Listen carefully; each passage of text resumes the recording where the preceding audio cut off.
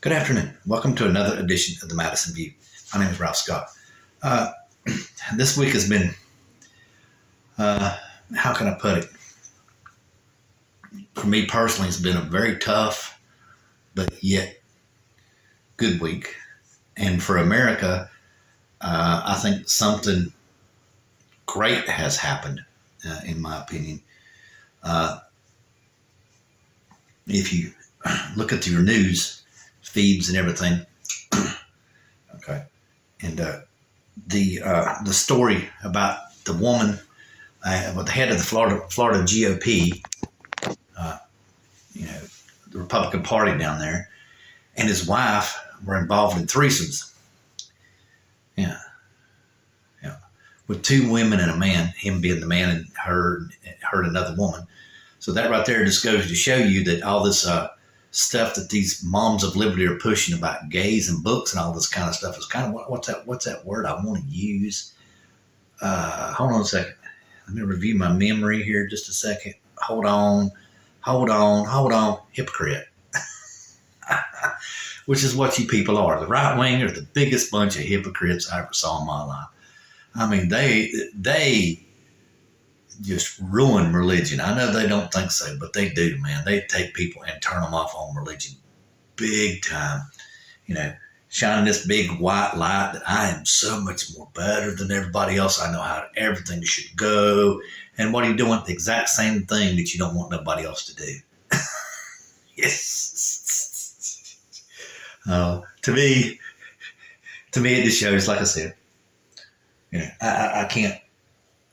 I can't put it to no other word than just the hypocrisy of the right. I mean, it's just totally hilarious. But this is the biggest thing, is people believe this stuff, and here it just it's very simple to just look at the Bible. What does it tell you to do? It tells you not to cast the first stone. But what do these people do? Every chance they get, they're out there throwing rocks at somebody. If you say you're a right wing, you say you're a Christian, right wing or left wing, you ain't supposed to go throw rocks at somebody. So the hypocrisy of your actions are coming back to the hypocrisy of your words.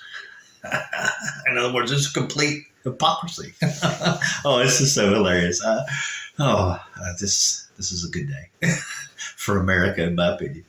But this should shatter poor Mr. Mike Johnson's world.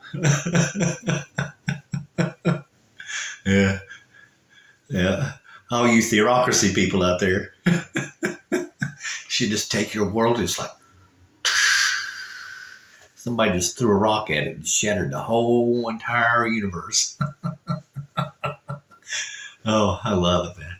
Oh, I went to bed with a smile on my face, needless to say, when I read that article. Like I said, I'm a big firm believer, the Madison family and everything. I'm a big firm believer in the freedom of religion. I have nothing wrong. I believe in God. Different aspects of religion I think are kind of peculiar, to put it in a very civilized manner, because it's someone believes that, so I'm not trying to criticize their belief system, unless of course they're going around throwing rocks at people, and then I enjoy it. Oh, that makes my day. But I just like I told you, this is passed down in my family. The freedom of religion is the most important thing in the Bill of Rights of the Constitution. If you read the Declaration of Independence, it even says individual freedom in there. And see, that's what that very first sentence in the Bill of Rights is protecting, the individual right. And it's just, yeah. And the second, if you go read your Federalist Papers, like I said, you need to read your Federalist Papers. If you really want to understand the dilemma that America had in its founding and all this kind of stuff, and understand why we became a republic, and now we're more of a democratic republic than we've ever been at any time point in time in our history. But if you go back and read your Federalist Papers, they're a hard read because they're written in Old English. Old English kind of stretches things out and kind of goes backwards every once in a while, so it's a little bit difficult to understand. But I'm sure if you get out there and you can find a translated version of it to modern English, it would probably read a little bit easier. I don't know if it'd be as accurate, but you would still get the basic premise of the whole entire Constitution. Where that one professor out there at San Jose State in California said that, that they never intended on paying the Revolutionary War veterans. They're full of crap. I mean, he's full of crap. Now, John Adams may have not intended to pay the Revolutionary veterans because John Adams was one of the biggest burrs, or whatever you'll say, cuckoldburrs in the whole entire Federalist movement. I mean, I don't know, everybody praises him. I mean, this man suspended freedom of speech, freedom of press. I mean, he was not a democratic believer in the democratic system. And people are finding some reason the Republican Party was something they're a bunch of hypocrites. They're finding some reason to praise this guy. I reckon because they know he was just exactly what he was. He just about destroyed this country in its founding, in the Constitution, and as a president, you name it. He was not a good actor in the framing of our country. But but like I said, you go back and you read our forefathers, mine in particular, wrote it all down so everybody would understand. They were debating on what was the best form of government, and they were basically looking at Rome, which was the longest survived civilization in the world. Okay, at the time, of how it done. So they were trying to kind of base themselves around to where once they'd done this, nobody would be fighting and wasting their life again, which is the whole reason why we done the Constitution, because the Articles of Federation was falling apart. It says very plainly in the Federalist Papers, the Constitution was done to protect the Declaration of Independence because all those revolutionary sacrifices that we made, lives, money, etc., was going to waste. And that's what the Constitution is to do. It is to protect the Declaration of Independence just as much as it is as a form of government. Okay, we need to protect that first. Most important was like the second sentence or second paragraph. I can't remember how it goes. I think you got the preamble, and then you got the paragraph, and then you got the rest of the Declaration of Independence. That's the most important words in the United States history right there in the Declaration of Independence. And they're protected by the Constitution. They were paid for in the lives and blood and sacrifices of our early ancestors in this country. That is the whole entire cornerstone of this country. And like I said, number one, because how many religious people come together during that time frame? Quakers, Protestants, Lutherans, Catholics, you name it. All kinds of religions, but they believed in God. Yes, they believed in God. So, the religion itself was inconsequential. The belief in God was consequential. So that's the reason why each and every person who come together during that time frame, every Catholic, every Protestant, every Jew, every whatever he may have been, Quaker, whatever, has the right to have religious freedom to choose how they wish because they sacrificed their lives for this country. And they did it under their basic religious principles. But the union and the commonality of everybody was the belief in God. And it's right there at the very top.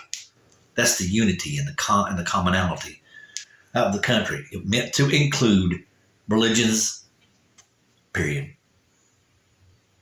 And that's the reason why I must go to my grave and telling you this is passed down in my family. Religious freedom is the most important freedom in this country. It's the very first one. Freedom of speech is definitely very important too. But once you learn to respect someone's religion and your religious beliefs and all that kind of stuff, it gives a country somewhat of a moral principle guiding post, because morals are not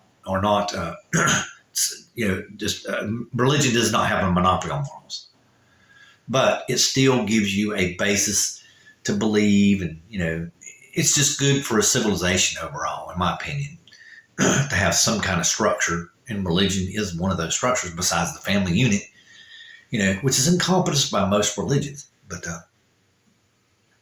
let me go into. I have to say something else because I got a little serious there, because It's just a fact. And a lot of people nowadays just don't understand that, especially the religious right, which is the one I'm getting ready to talk about here in just a second, because I was thinking about it. The respect for God come up in my mind, because that's basically what it is.